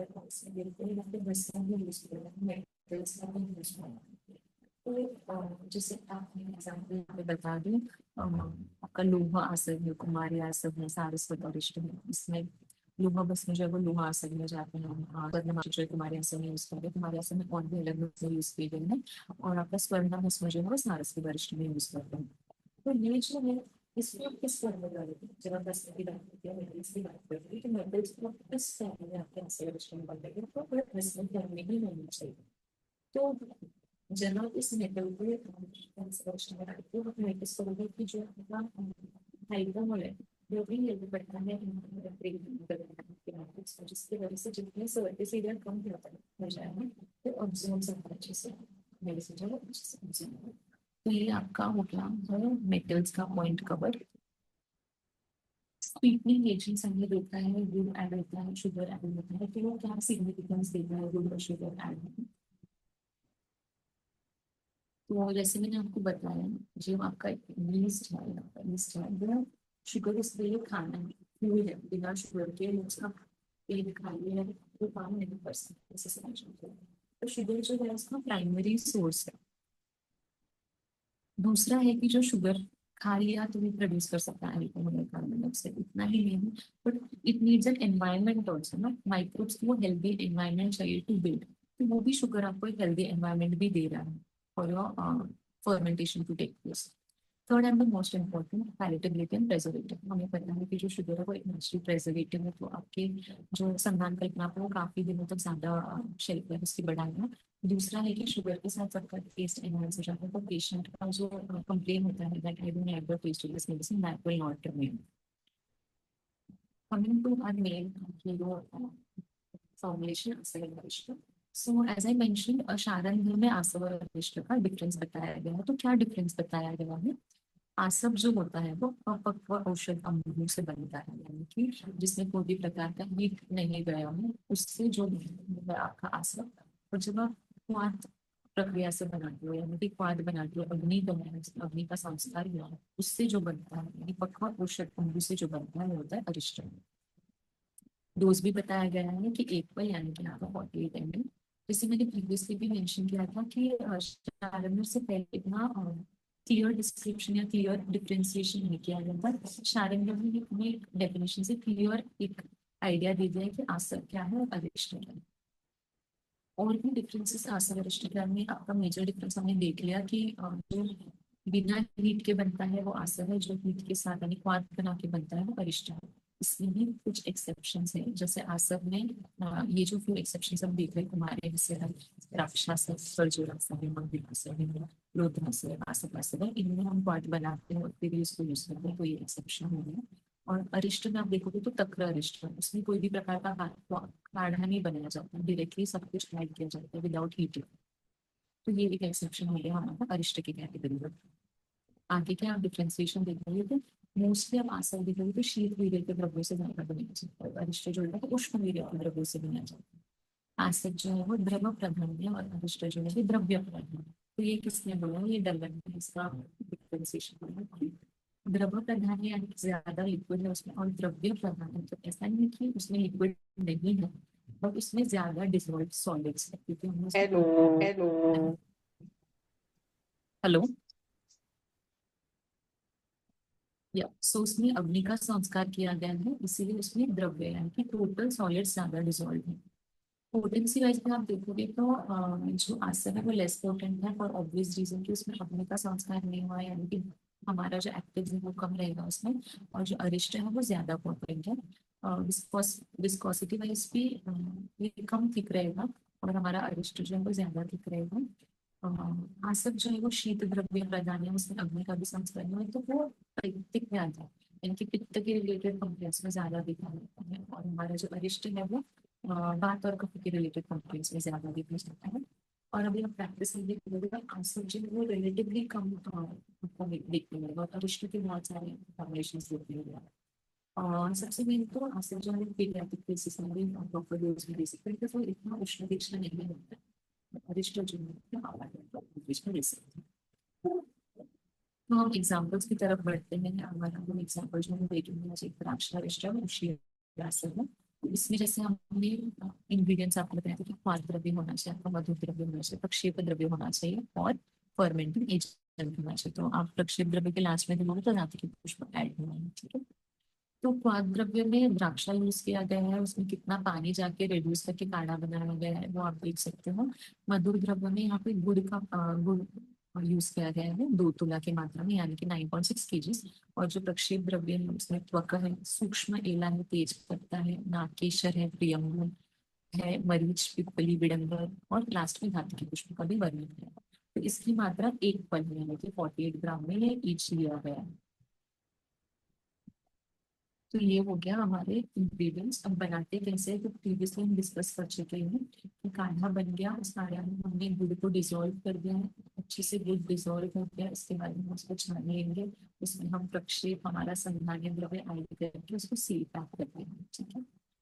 इस तरीके से हमारा द्राक्षारिष्ट बन गया। द्राक्षारिष्ट बन गया, उसके आइडेंटिफिकेशन यानी कि उसके कुछ स्टैंडर्ड्स, जैसे मैंने आपको प्रीवियसली हमारा डिस्कस हुआ एनालिटिकल टेस्ट के पॉइंट में कि कुछ स्टैंडर्ड्स होने चाहिए ना हमारे पास। तो अगर हमारे पास ये स्टैंडर्ड्स हुए तो हम वैसे भी रिक्रिएट कर सकते हैं, रिप्रोड्यूस कर सकते हैं वही सेम बैच। तो ये जो स्टैंडर्ड्स है ये हमारी एपीआई एपीआई में आपको मिल जाएगा। उशीरा से उशीरा से बनाने के लिए आपके प्रक्षेप द्रव्य बताए गए, उसमें उशीर है, आपका सुगंध वाला है, पद्मक है, गंभारी है, नीलोत्पल है। इस प्रकार के अलग अलग प्रक्षेप द्रव्य है, वो एक पल में लिया जाएगा। द्राक्षा जो है वो 20 पल में लिया जाएगा। संधान द्रव्य में धातु की पुष्प यूज किया है 16 पल यानी कि 768 ग्राम। द्रव्य द्रव्य जो है इसमें जल यूज किया गया है, बिकॉज आप कोई भी हीटिंग प्रोसीजर है कठिनाई नहीं बनाएंगे तो आप इसमें पानी ऐड करोगे। और मधुर द्रव्य में आपका शुगर है और मध है। तो इन सब में कुछ भी नहीं करना है, आपको प्रक्षेप द्रव्य रेडी रखना है, पानी रेडी रखना है और बाकी की चीजें रेडी रख के सबको मिला के संधान करने की प्रक्रिया करना है। इसमें हीट नहीं जाएगा, you have to just add everything, keep everything ready and add everything in your sandhan patra and keep it for fermentation. This is again the identification, यानी कि क्या क्या स्टैंडर्ड होने चाहिए, मतलब टोटल सॉलिड है तो वो कम से कम आपका 7% से कम नहीं होना चाहिए इसमें टोटल सॉलिड। तो ये सब अलग अलग क्राइटेरिया बताया गया है। तो यहाँ पे मैंने मध्य के प्रॉपर्टीज C1 के मध्य कौन से होते हैं, मध्य के मेडिसिनल पर्पसेस क्या है ये आपको बताया है। जो मध्य है वो पित्तकर है, हमें पता है, अम्ल रस का होता है। रोचन दीपन यानी कि अग्नि पे भी अच्छा काम करेगा, कफ और वात का शमन करेगा, बस्ती का भी शोधन करेगा, आंख में यानी कि इजीली डाइजेस्ट हो जाता है। तो ये सारे पॉइंट्स हो गए इसके प्रॉपर्टीज में। एक और क्षीरोस्थितम जात रस, जात रस मतलब जितना टाइम तक उसको आप रखोगे उससे अच्छे से सब कुछ आ जाएगा, जो आपका एक्टिव आना है वो अच्छे से कर जाएंगे। मध्यम की मेडिसिन प्रॉपर्टीज में प्रॉपर्टीज में आप देखते हो कि घर्षण है, प्रीनम है, भय शोक श्रम आपहम है, इन सब में भी रिड्यूस करने में हेल्प करता है। प्रगल्भ, वीर्य, प्रतिभा, तुष्टि, पुष्टि, बल प्रधान, ये सब चीजें मध्य की मेडिसिनल प्रॉपर्टीज है। वेरी इंपॉर्टेंट पॉइंट है शेल्फ लाइफ, यानी कि कितने टाइम तक आप एक मेडिसिन को कंज्यूम कर सकते हो या ले सकते हो। तो शेल्फ लाइफ जो है हमारे इसमें बताई गई है, तो ड्रग एंड कॉस्मेटिक रूल्स है, यानी कि एक पूरा डॉक्यूमेंट है, इसके सारे स्टैंडर्ड्स हैं जिसको आपको अप्लाई करने हैं आपके मेडिसिन में। तो उसमें ये रूल में बताया गया है कि कितने टाइम तक आप कौन से फॉर्मुलेशन को यूज कर सकते हैं। तो रूल 161B के अंडर आया है शेल्फ लाइफ ऑफ आसनवरिष्ठ। तो आसनवरिष्ठ का शेल्फ लाइफ 10 साल का बताया है। तो ये जो आप देख रहे हैं 2016 में है, उसके पहले इसका कोई एक्सपायरी नहीं है, तो आप आसनवरिष्ठ यूज कर सकते हैं। अभी रिसेंटली यानी 2016 में आए हैं कि 10 साल तक आप आसनवरिष्ठ यूज कर सकते हो, इसके आगे इसका एक्सपायर हो जाएगा। तो आसनवरिष्ठ की डोज के बारे में भी हमने डिस्कस कर लिया है कि एक पल यानी कि 48 ml इसका डोज होता है। और कैसे लेना चाहिए, तो जितना आपका आसव होगा उतनी ही क्वांटिटी में आप पानी लोगे। प्रैक्टिकली आप देखोगे तो क्योंकि उष्ण Hello, good afternoon. Hello, hello good afternoon. सो अगर आप देखोगे आसनवरिष्ठ तो वो उष्ण तीक्ष्ण है, तो वो ज्यादा ही अगर आपने डायरेक्टली कंज्यूम किया तो कुछ पेशेंट्स में वो बहुत प्रॉब्लम्स दे सकता है। तो इसलिए हम यूजली पेशेंट्स को बोलते हैं कि जितना आप आसनवरिष्ठ का डोज लो उतने ही डोज में आप पानी लेके उसको खाने के बाद लीजिए। शेल्फ लाइफ में हमने देखा 10 साल तक बताया गया, तो आयुर्वेद में या फिर यानी कि हमारे क्लासिकल टेक्स्ट में क्या बोला गया शेल्फ लाइफ के लिए, तो एक शारंगा के पहले अध्याय में ये श्लोक आया है जिसमें गुणहीनम भवेत् वर्ष ऊर्ध्वं तदम औषधि तदुपम औषधि इसे बताया गया है, यानी कि 1 साल तक का शेल्फ लाइफ आप सबके लिए समझिए। चूर्ण के केस में 2 मास द्वया तथा चूर्ण, मतलब चूर्ण के केस में 2 महीने शेल्फ लाइफ है, और गुटी अवलेह इनके केस में ये वत्सरा यानी कि 1 साल का इसका शेल्फ लाइफ। अब तेल और घृत इसका जो है वो 4 मास ज्यादा यानी कि 1 साल प्लस 4 मंथ्स का शेल्फ लाइफ है। और लास्ट का अप्लाई देखोगे तो पुराना सूर गुणयुक्त आसव धातवो रसः, यानी कि जितना पुराना उतना गुणयुक्त। तो इसको हमने ऐसा समझ लिया है कि जितना भी पुराना होते जाएगा उतना अच्छा होते जाएगा, इसका कोई एक्सपायरी नहीं है, ये हमारा मानना है या ये हमारा समझ है। तो इसके आगे के श्लोक को आप देखिए, इसमें क्या बोला गया है, विगंधेर अपरामुष्टम विपन्नम रसादिभिः नवद्रव्यम पुराणम वा ग्राह्यम एवं विनिर्दिशेत्, यानी कि आपका जो आप जो भी बना रहे हो, जो भी आपका फॉर्मुलेशन है कैसा है, उसका रसादि भी कैरेक्टरिस्टिक्स कैसे है, मतलब रस गुण वीर्य विभाग या आपका शब्द स्पर्श रूप रसगंध जो आप ऑर्गेनिक तो वो कैसे, क्या वो सही कंडीशन में है तो ही आप उसको कंज्यूम कीजिएगा, फिर वो चाहे नया हो या पुराना हो। तो ये हमें जानना जरूरी है, ये उन्होंने स्पेसिफाई किया है कि ऐसा नहीं है कि पुराना जितना पुराना उतना अच्छा, बट आप उसको देखिए तो आप उसको समझिए क्योंकि क्या ये इस कंडीशन में है कि मैं उसको लूँ। When we talk about Asa Varishta also, क्या आपको 10 years से आगे do you think that it will maintain the same properties that it had before 10 years? So obviously थोड़ा डिग्रेडेशन स्टार्ट होगा, अल्कोहल परसेंटेज में भी वेरी हो सकता है, या जो उसकी एक्टिव्स है क्या वो वैसे ही उसी स्टेट में प्रेजेंट है तो नहीं।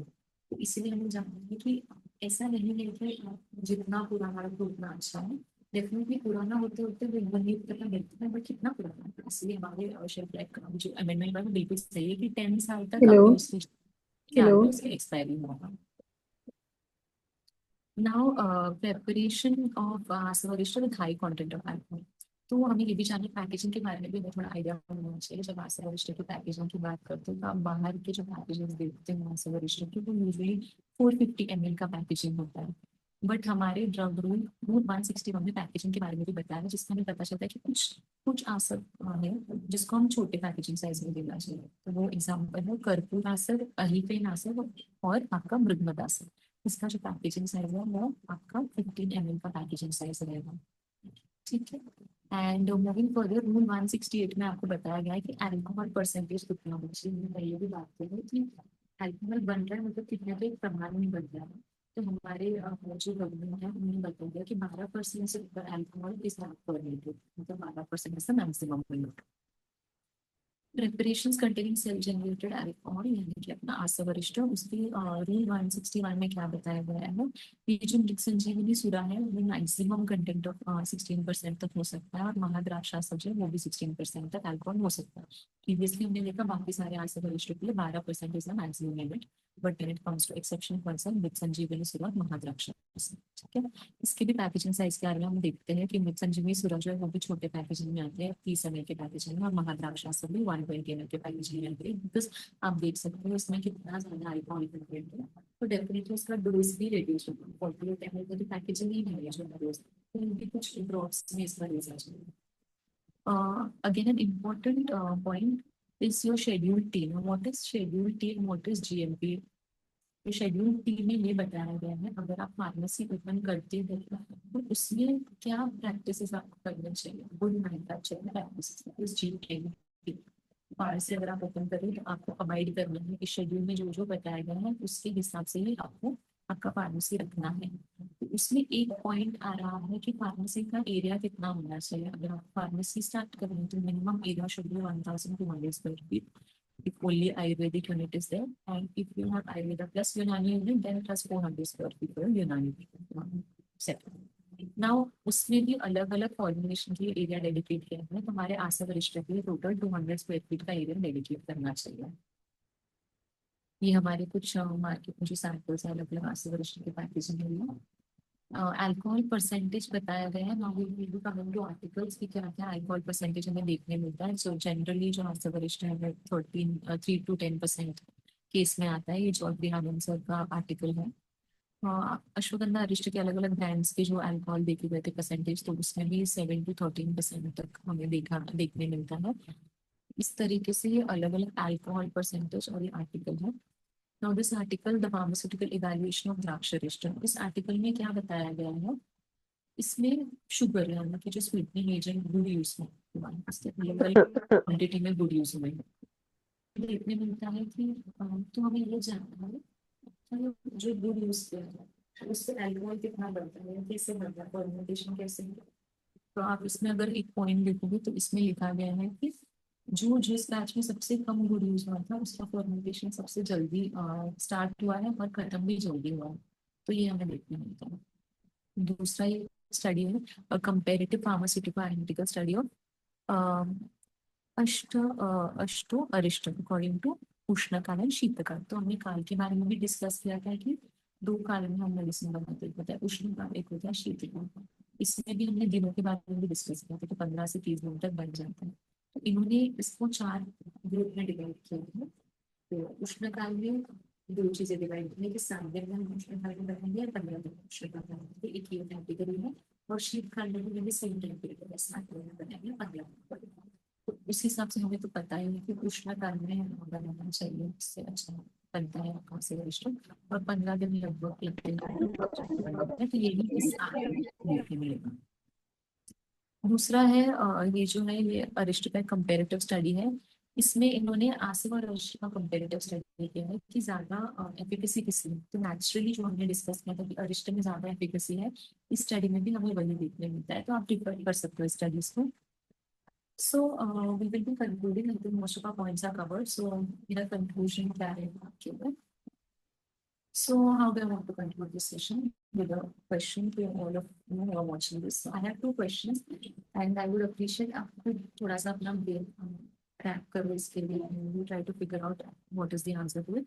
My first question to you will be: will adding more sugar, हमें पता है कि हम शुगर ऐड करते हैं वो ब्रेक डाउन हो रहा है और अल्कोहल बनता है, तो ज्यादा शुगर ऐड करने पे क्या अल्कोहल परसेंटेज बढ़ते जाएगा? One question is this. And my second question is that जो अल्कोहल बेस्ड आयुर्वेदिक फॉर्मुलेशन है जैसे आसनोप्राइस्ट, क्या उसको हम अल्कोहल इंड्यूस्ड लिवर डिजीज जैसे डिजीज में यूज कर सकते हैं? So that is my question to you all, and that is it from my side. Thank you.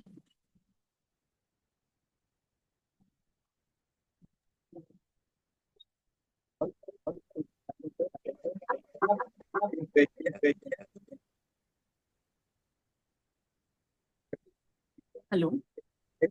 हाँ मैं जी question answer.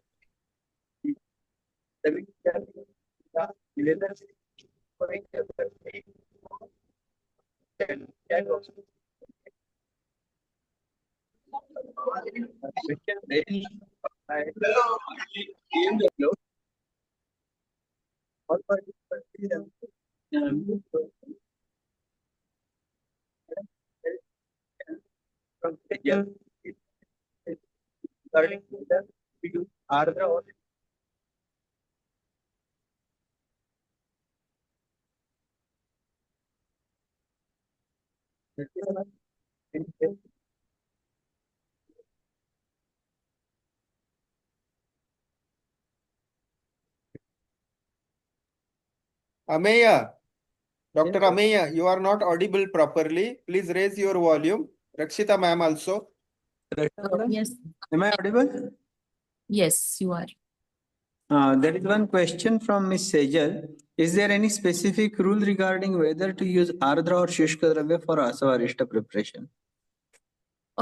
Yes, because we will be preparing, see, when it comes to Asava, I will share my understanding. If anybody has any other opinions, our teachers can please guide me also. So when you prepare Asava, you expect fresh juices. There should be no boiling or bath preparation. In that case, you can use your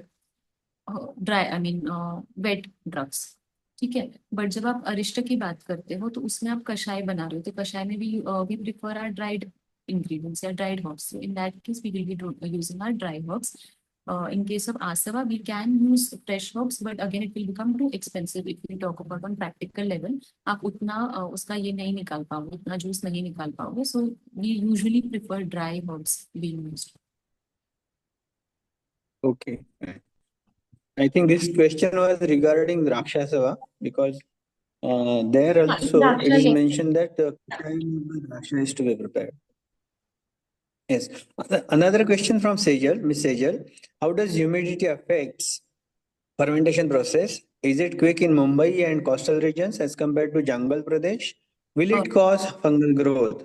Yes, so both the answers. So humidity, what happens is in coastal region like Mumbai and other coastal regions also. So वहाँ पे temperature ज़्यादा है, तो definitely जो आपका fermentation है वो जल्दी ही होगा. But with that, there is also a chance of fungal growth because humidity भी है air में. तो you have to be very careful when you're preparing this formulation. तो आप practically देखोगे तो fungal growth होता है जब आप आपके batch में भी बनाते हो, क्योंकि फंगल ग्रोथ होता है उसमें भी. तो आप ऐसे कर सकते हो कि आपका जो ऊपर का लेयर है, you can remove it and give it one heat, एक स्लाइट हीट, जो पैस्चराइजेशन जैसे हम बोलते हैं, वो करके फिर आप उसको यूज कर सकते हो. Another question from the same person. It's some Asavarishta like Abhayarishta from Charak Samhita. There is no, in some Asavarishta like Abhayarishta from Charak Samhita, there is no use of Dhataki or Madhukapushpa. Then is there any need to add activated yeast from the market source? Yes. So if there is no this thing, Dhataki Pushpa, then it becomes difficult to activate because your yeast is important. Your yeast will break your sugar into alcohol and this. So even if you're talking about Abhayarishta in case of Charak and what, you will add karoge Dhataki Pushpa because otherwise I think, madam, Abhayarishta, Abhaya is an ingredient of Falasava, Triphala. Yes. So Abhaya is the source of yeast, I think. Yes. हाँ, तो ये भी मुझे बोलना था कि बहुत सारे ऐसे भी फॉर्मुलेशंस है, या फिर आप मधु की भी बात करो तो उसमें भी नेचुरली ईस्ट प्रेजेंट होता है. बट अगर आप धातुकी पुष्प जो है जिसमें वाइल्ड ईस्ट ज्यादा है, जो और अच्छे से आपका जो फर्मेंटेशन प्रोसीजर है वो और अच्छे से होगा. So if you add east तो और अच्छे से आपका जो फाइनल प्रोडक्ट है वो बनेगा. That is what I wanted to say. मेरा इससे थोड़ा अंतर है मैडम. हाँ, If I can share. हाँ, please sir. I think it is an art. Preparing Asavarishta is an art of patience, and preparing Bhasma is art of handling fire. Okay. Adding the activated yeast can change the taste and other characters of that formulation. It is my personal experience, because why I'm sharing is because there are two examples like Takara Rishta where there is no Madhurdravya and there is no Dhataki Pushpam, and Abhaya Rishtam there is no Dhataki Pushpam and Madhuka Pushpam, yet there the amount of jaggery is more than Kashayam used. Yes. And the thing they have mentioned that within 1 month it is going to be fermented well. So other than Dhataki Pushpam and Madhuka Pushpam, which we are emphasizing nowadays more, there are some elements which acts as the fermenting agents. We should emphasize on those also. We should research on that part. Yes, definitely. Instead of using the yeast, we can actually make that Bacchus part can be used for this. Yes, sir. Right? Yes. There is another question, madam, from Mr. Harsh. He says that, is it safe to use alcohol in Ayurvedic medicine or any side effects occurs? I did not actually understand the question. Can you? Is it safe to use alcohol in Ayurvedic medicine? He says. The thing is that we are not adding alcohol, Yeah. Yes. separately. The alcohol is being prepared inside that formulation itself. Of And course. so yes, it is safe. And that It is actually, it is given in the limits, so it is very safe. Yes. Yeah. Main difference between Madhya and Asavarishtam is percentage of alcohol. Madhyam utpadayati, madam utpadayati, tat madhyam. And Asavarishtas are for medicinal purposes. That is the difference.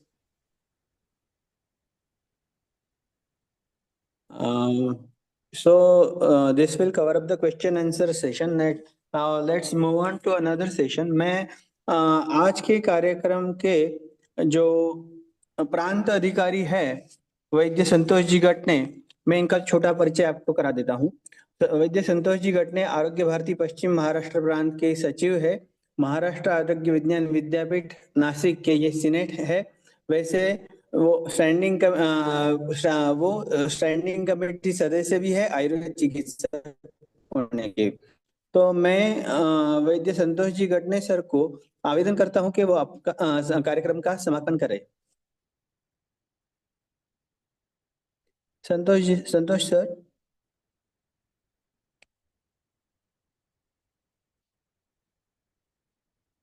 Santosh sir. नमस्कार। हाँ नमस्कार। नमस्ते sir. मैं Audible? Yes sir. सभी को नमस्कार। मैं as a practitioner खुद भी बनाता हूँ आशा वरिष्ठ, तो क्योंकि प्रैक्टिस में ये तो उपयोग में लाना ही पड़ता है, लेकिन मेरी गुरु परंपरा से जो मुझे सुझाव दिया गया था वो सूचना है, वो आज्ञा जैसा ही है। मद्य और आशा वरिष्ठ में अंतर जरूर है, वो अल्कोहल के कंटेंट के हिसाब से है, लेकिन मुझे ये सिखाया गया था कि कम से कम उपयोग आशा वरिष्ठों का करो।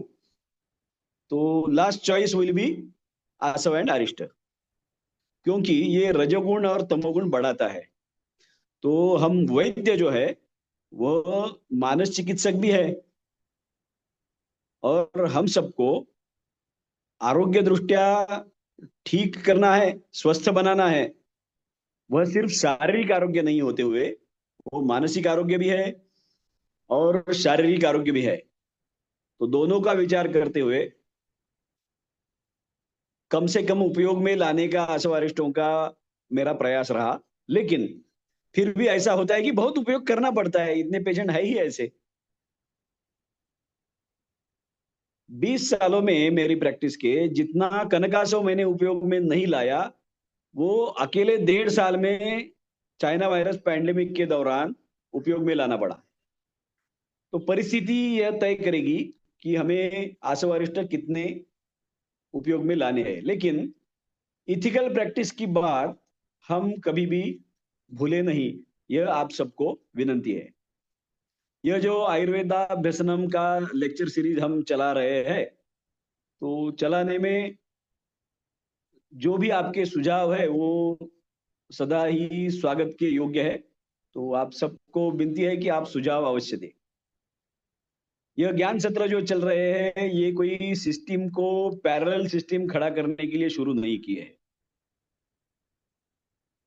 वो घोस्ट प्रोफेसर की बात अलग है, वो उस तरफ पर से एक एकेडमिक सुलझाएंगे नहीं सुलझाएंगे उनकी तरफ हमने छोड़ दिया है। वो सुधारने का भी काम होगा, लेकिन रुकना नहीं चाहिए। इसलिए सिस्टम को दोष नहीं देते हुए आयुर्वेद के विद्यार्थियों को, अभ्यासकों को सहायता हो, इसलिए यह ज्ञान सत्र चल रहे हैं। इसलिए आप सबको विनती है कि जो यह अमूल्य ज्ञान आप सबको मिल रहा है, यह अमूल्य ज्ञान जिसका आपसे कोई मूल्य लिया गया नहीं है रुपयों में, तो वह ज्ञान आप दूसरों को भी साझा करें।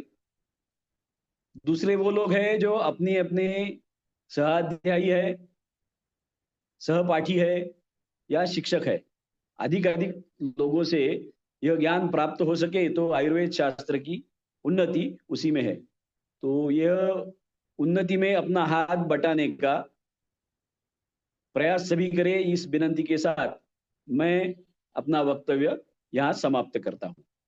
धन्यवाद।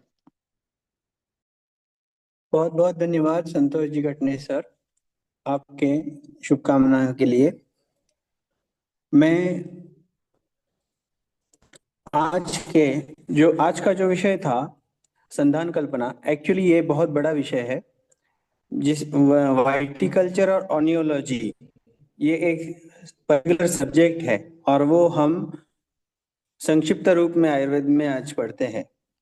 तो 1 घंटे में सीखना पॉसिबल नहीं है, लेकिन फिर भी रक्षिता मैडम ने आज हमें बहुत अच्छे तरीके से सिखाया। मैं इसके लिए उनका आभार प्रदर्शन करता हूँ। आप सभी विद्यार्थीगण जो बहुत पेशेंस से 90 मिनट के लिए पेशेंटली आप सुनते रहे, मैं आपका भी बहुत बहुत धन्यवाद करता हूँ। आज के कार्यक्रम के संयोजक आरोग्य भारती पश्चिम विभाग, पश्चिम महाराष्ट्र प्रांत, Rashtriya Swasthya Chintanayam, national level online lecture series Ayurveda Abhyasanam, और इनके अध्यक्ष डॉक्टर सुरेश पाटनकर सर और सचिव वैद्य संतोष जी गटने सर, वैद्य मनोज सर, और सभी जिन्होंने डायरेक्टली और इनडायरेक्टली ये कार्यक्रम करने में मदद की है, उन सभी का मैं तहे दिल से शुक्रिया करता हूं और आभार प्रदर्शित करता हूं। अभी कार्यक्रम की समापना हम शांति मंत्र से करेंगे।